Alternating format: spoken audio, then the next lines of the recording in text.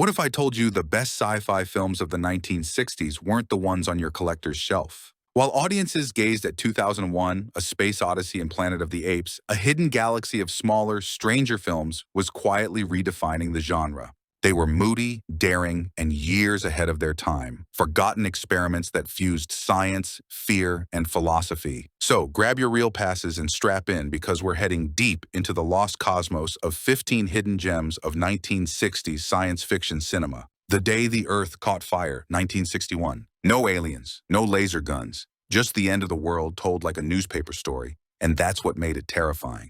The Day the Earth Caught Fire is one of those rare sci-fi films that feels more real with every passing year. Directed by Val Guest, this 1961 British masterpiece takes place not in space but in smoky newsrooms where weary journalists realize the planet has tilted off its axis after simultaneous nuclear tests. The Earth isn't invaded, it's slowly cooking itself. The film's genius lies in its restraint. The dialogue crackles with realism, every frame drenched in post-war grit and cigarette smoke. The newsroom scenes feel alive, reporters scrambling, phones ringing, headlines flying. But beneath the clatter of typewriters hums a quiet horror, the dawning awareness that humanity might have finally written its own obituary. Did you know they filmed London in a sepia tint to create the illusion of a world scorched by endless sunlight?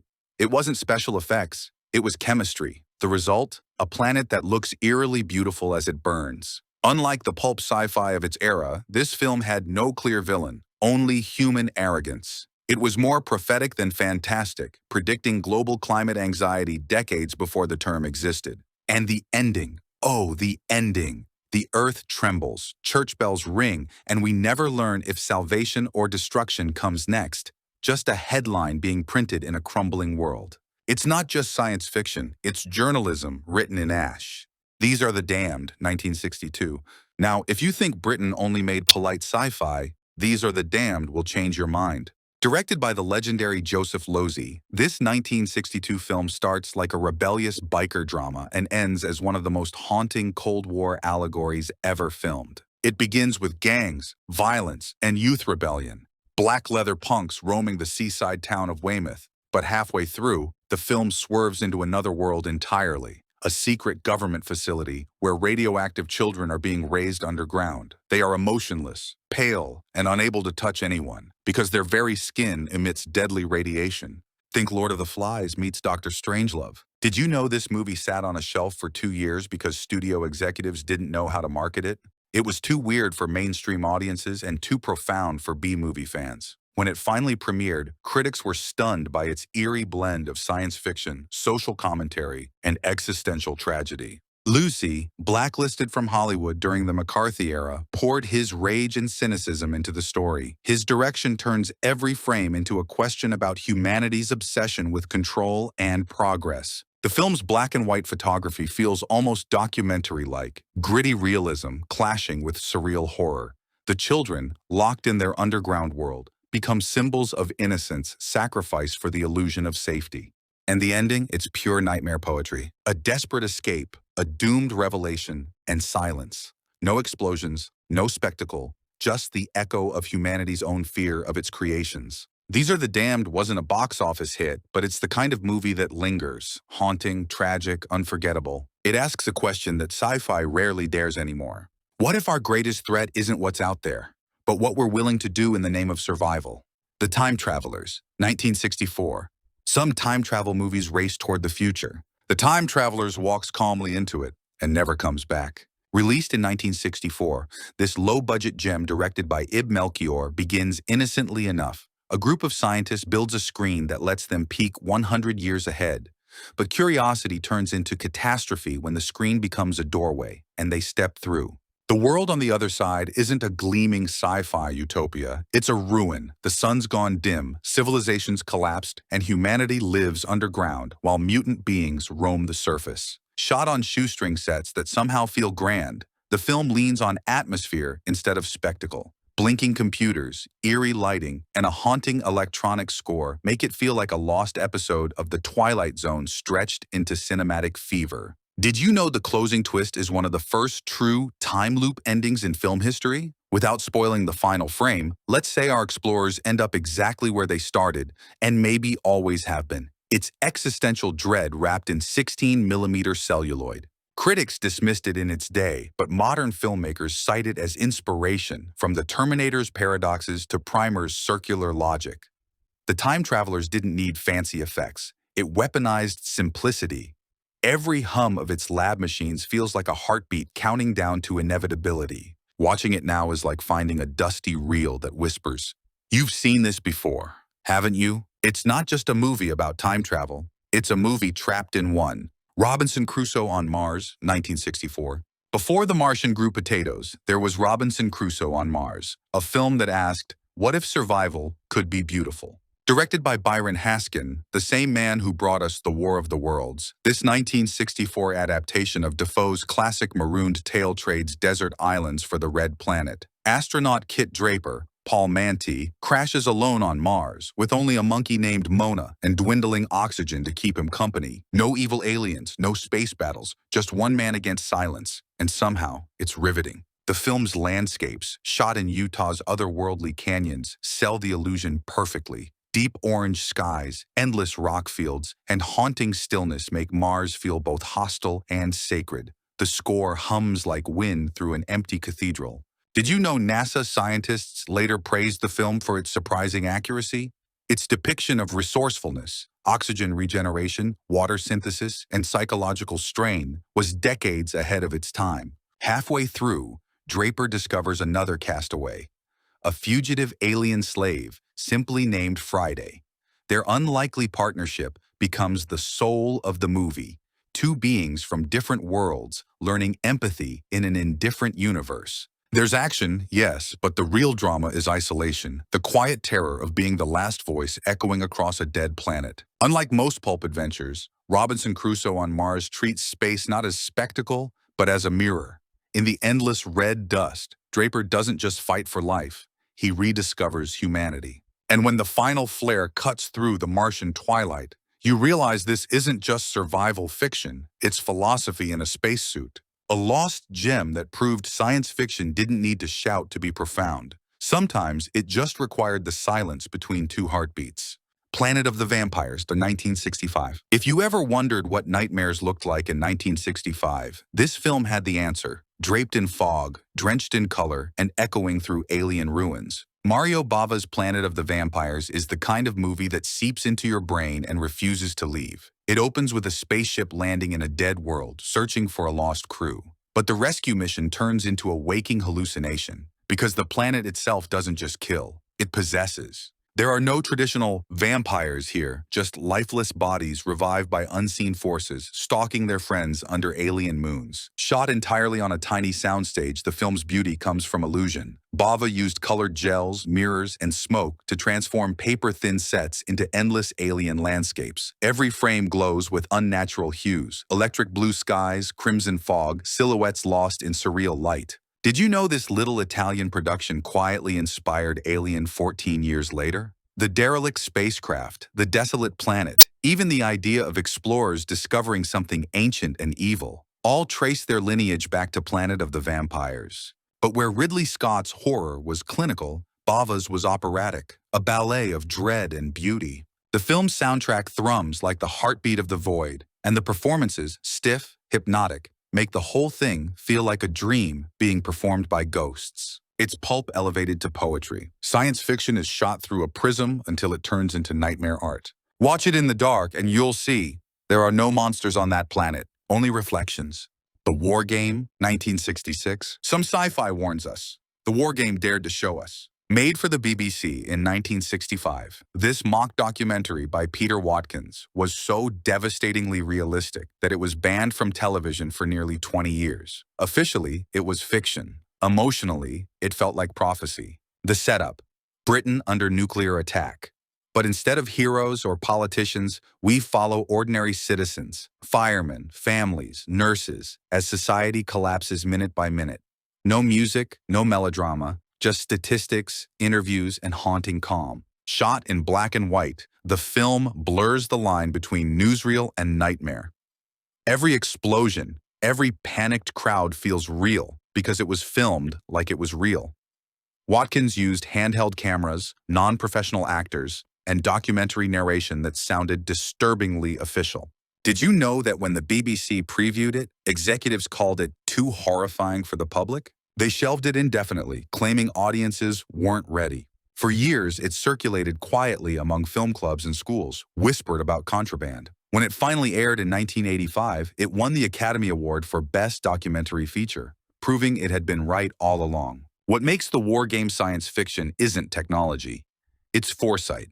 It imagines a future that feels inevitable, a chain reaction already set in motion. It's not about monsters or mutants. It's about paperwork, panic, and the fragile civility that vanishes when systems fail. Unlike most sci-fi of its time, the war game didn't look to space. It looked directly at us and found apocalypse in our reflection. Even now, it's hard to watch, because deep down, we know it's not a story. It's a countdown. Fahrenheit 451, 1966. What's more frightening than a world without freedom? A world where no one remembers what freedom was. In 1966, French New Wave director François Truffaut took on Ray Bradbury's Fahrenheit 451 and created one of the quietest dystopias ever filmed. No explosions, no grand speeches, just the sound of fire licking away the last traces of human thought. The story follows Montag, a fireman whose job is to burn books. In this future, literature is outlawed and ideas are a threat. But curiosity, like fire, has a way of spreading. Truffaut's vision was cold, detached, and eerily sterile. Homes gleamed like hospital rooms. Streets were empty, airless. And yet every frame burns with symbolism, red against gray, silence against the hum of conformity. Did you know it was Truffaut's only English-language film and that he barely spoke the language while directing it? The actors often delivered lines phonetically, giving the movie its haunting, almost robotic rhythm. Julie Christie plays dual roles, the wife who forgets and the rebel who remembers, a casting choice that blurs the line between apathy and awakening. When it premiered, audiences didn't quite know what to make of it. Too subdued for action fans, too emotional for political allegory, but time has been kind. Today, its warning feels sharper than ever. The fear isn't that someone will take our books. It's that we'll stop reading them ourselves. Fahrenheit 451 didn't just predict censorship. It predicted distraction, the slow, glowing hypnotism of screens replacing pages. And when Montag finally joins the book People in the Woods, memorizing words to keep them alive, it feels less like rebellion and more like salvation whispered through smoke. Quatermass and the Pit, 1967. You can't talk about British science fiction without meeting Professor Bernard Quatermass, the original thinking man's hero. And Quatermass and the Pit is his masterpiece, a film that begins as archaeology and ends as cosmic horror. Released in 1967, it starts with a discovery beneath London's streets, a strange metal object buried in a subway tunnel. At first, scientists think it's a bomb left from the war, but it isn't a bomb, it's a spacecraft. And what's inside isn't quite dead. Director Roy Ward Baker and writer Nigel Neal turned this simple premise into a terrifying slow burn. As Quatermass investigates, he uncovers something ancient, Martian beings who came to Earth millions of years ago and shaped the evolution of humanity itself. It's a revelation that rattles religion, politics, and identity. If we're descended from aliens, what does that make us? A fluke? A failed experiment? A forgotten project from a dead planet? Did you know Quatermass and the Pit was made on a tiny budget by Hammer Films, the studio famous for gothic horror? Instead of castles and vampires, they gave us urban dread, monsters that live under our feet and in our DNA. The final act is pure chaos. Psychic hysteria sweeping through London, visions of demons in the sky, and humanity turning violent under the influence of its buried memories. It's science fiction wearing the mask of a ghost story. Rationality meets myth and neither wins. The film's genius is that it never fully answers its own questions. It just lets them echo. What if evil isn't supernatural at all, but evolutionary? To this day, Quatermass and the Pit remains one of the smartest, most chilling sci-fi films ever made. Part archaeology, part apocalypse, and all the atmosphere. And when that spacecraft finally hums to life under the city, you realize the past isn't buried, it's waiting.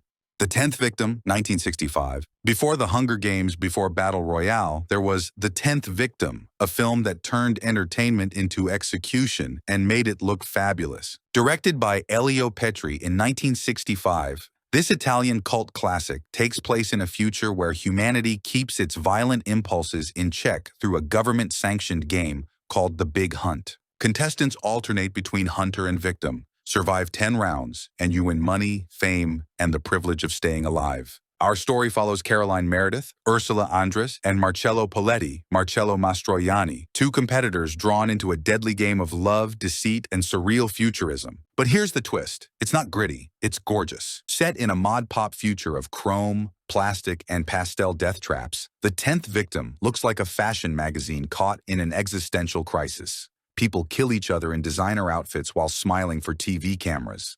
The future isn't bleak, it's televised. Did you know Andress's bra gun, a literal firearm disguised as fashion, became a pop culture icon decades before Austin Powers spoofed it?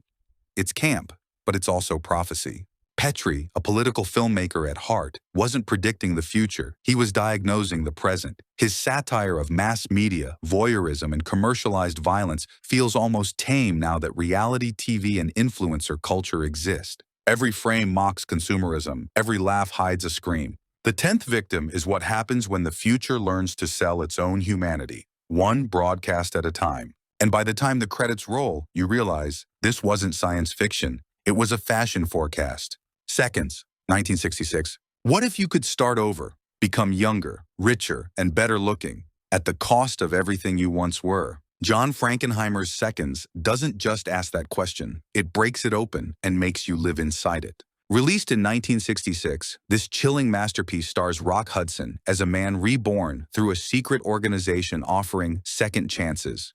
They fake your death, give you a new body through surgery, and drop you into a new life. But rebirth, it turns out, is just another kind of prison. Hudson's character begins as a bored banker and wakes up as a California painter, handsome, successful, and utterly lost. The catch? The more he tries to embrace his new life, the more his old self claws its way back. Cinematographer James Wong Howe shot Seconds in stark black and white, using distorted lenses and handheld close-ups, creating a suffocating sense of alienation. Faces warp, rooms tilt, even light feels suspicious. Did you know this was the film that transformed Rock Hudson's image forever? Known for romantic comedies, he shocked audiences with his raw, anguished performance. A man literally tearing apart his own identity. When it premiered at Cannes, Seconds was booed. Audiences weren't ready for its psychological brutality, but years later, it was hailed as a visionary work. Part horror, part sci-fi, part existential meltdown. It's not about time travel or space. It's about the one place science fiction rarely dares to go: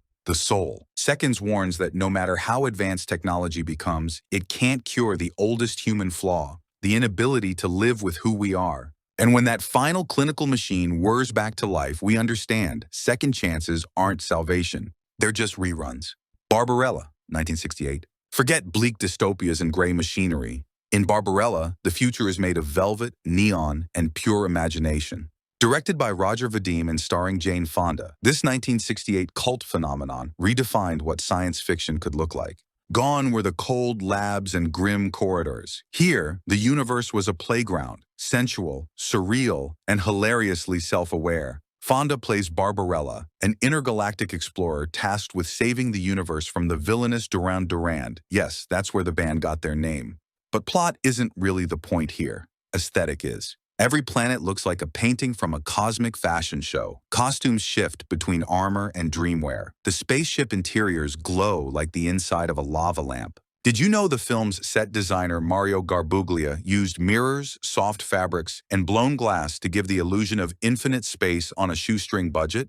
It's handmade psychedelia, the kind that feels more alive than any computer-generated world. Critics at the time didn't know what to make of it. Was it a parody, fantasy, comedy, all of the above, and more? Decades later, Barbarella became a cornerstone of pop culture, influencing music videos, comics, and fashion. It's the kind of movie that doesn't ask you to believe, it asks you to feel. Beneath its camp and chaos lies something sincere, a belief in pleasure, curiosity, and the beauty of imperfection. It's not just sci-fi, it's a dream, filmed in slow motion and dipped in starlight. Charlie, 1968. If Barbarella was the decade's imagination, Charlie was its conscience. Based on Daniel Keyes' short story, Flowers for Algernon, this 1968 film tells the story of Charlie Gordon, a gentleman with an intellectual disability who undergoes an experimental surgery to make him intelligent. And it works. But as his IQ climbs, so does his isolation. Played with heartbreaking depth by Cliff Robertson, who won an Oscar for the role, Charlie becomes a mirror for human ambition, the joy of discovery twisted by the fear of loss. At first, his transformation feels triumphant. He learns, loves, and finally feels seen. But knowledge, in the end, isolates him. The world that once pitied him now resents his brilliance. And when the experiment begins to fail, the film descends into quiet tragedy. Did you know the director, Ralph Nelson, used split-screen and kaleidoscopic editing to depict Charlie's shifting perception of reality?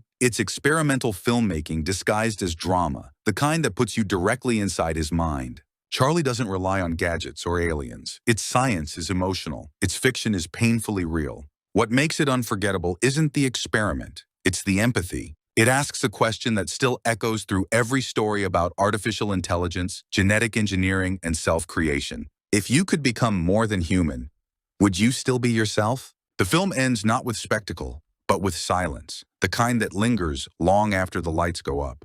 In a decade obsessed with evolution and revolution, Charlie dared to show the cost of both. Journey to the Far Side of the Sun, 1969.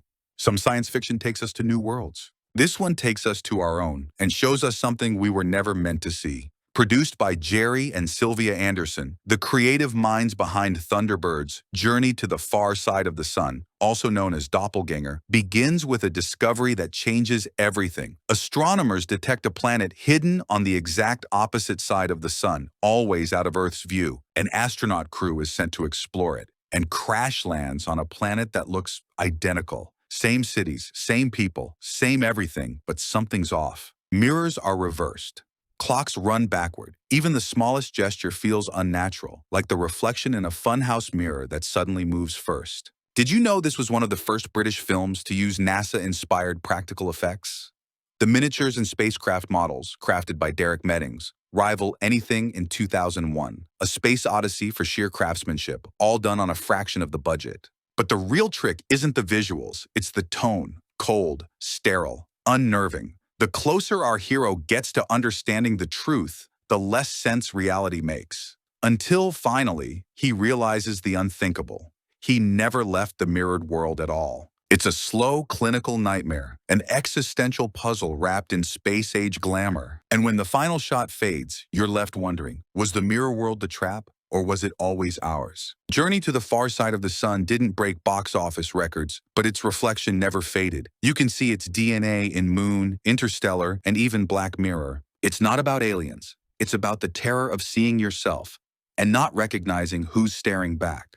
The Human Vapor, 1960, Japan's Toho Studios is best known for giant monsters, Godzilla, Mothra, Rodan. But hidden in their vault lies a smaller, sadder film that may be their most haunting creation. The Human Vapor, 1960, isn't about destruction, it's about obsession. It follows Mizuno, a man transformed by an experiment gone wrong, giving him the power to turn into vapor at will. Instead of using it for conquest, he uses it for something painfully human, love. He falls for a dancer, vows to make her famous, and spirals into madness trying to give her the world, one bank robbery at a time. It sounds like Pulp Fiction, but director Ishiro Honda plays it like poetry. Every shot glows with melancholy, every transformation framed like a ghost dissolving into air. Did you know Honda reused parts of the Godzilla effects team to achieve the vapor illusion? Instead of spectacle, they aimed for grace, swirling smoke that moves like a broken soul. Beneath the science fiction lies tragedy. The story isn't about power, it's about devotion. About how love can consume you so completely it leaves nothing behind. Literally. When Mizuno realizes he's become a monster in the name of beauty, the film transforms from fantasy into requiem. In its final moments, he evaporates one last time, not in rage, but in sorrow. The Human Vapor is a film that floats between genres, half noir, half nightmare, entirely unforgettable. It's a story of a man who became misty trying to hold on to something real. And like Vapor, the movie itself faded from public memory, leaving behind only whispers, drifting like smoke from the projector. The Andromeda Strain, Roots, late 1960s, 1970. The 1960s ended with a chill. The rockets had flown, the astronauts had touched the moon, and suddenly the question wasn't, can we do it? But should we? Long before the 1971 film The Andromeda Strain terrified audiences, its origins were already germinating in the final years of the decade, inside the pages of Michael Crichton's debut novel, written in 1969 while he was still a medical student. And that's where the true science fiction panic began. Crichton's story was stark and methodical. A satellite crashes to Earth carrying a mysterious microorganism from space. A small desert town dies overnight. A team of scientists in an underground lab races to contain what they can't even understand. There were no monsters, no aliens, just microscopes, white walls, and growing dread. It felt too real because it was real.